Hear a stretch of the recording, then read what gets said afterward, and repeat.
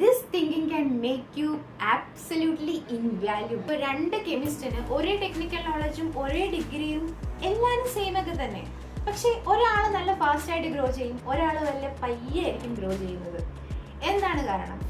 കെമിസ്റ്റായിട്ട് work ചെയ്യുമ്പോൾ നിങ്ങൾക്ക് research and ഡെവലപ്മെന്റിൽ മാത്രം നിന്നാൽ പോരാ, QC കെമിസ്റ്റിന് വേണം.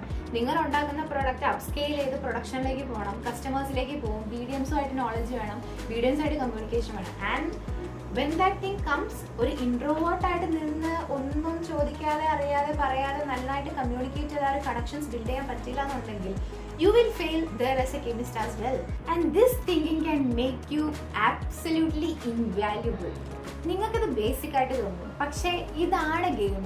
This can make you most important thing. ഒരു ബാച്ചിൽ ഒരു പ്രൊഡക്റ്റ് ഫെയിൽ ആയി, അല്ലെങ്കിൽ ഒരു ഫോർമുലേഷൻ വർക്ക് ആയില്ല, something fails, you have to be curious enough to ask why it fail. Don't just accept it like it didn't work ആയില്ലല്ലോ, അത് വർക്കായില്ല, അത് അങ്ങനെയുള്ള ഒരു മൈൻഡ് സെറ്റ് അല്ല വേണ്ടത്. Good questions always lead to good learning.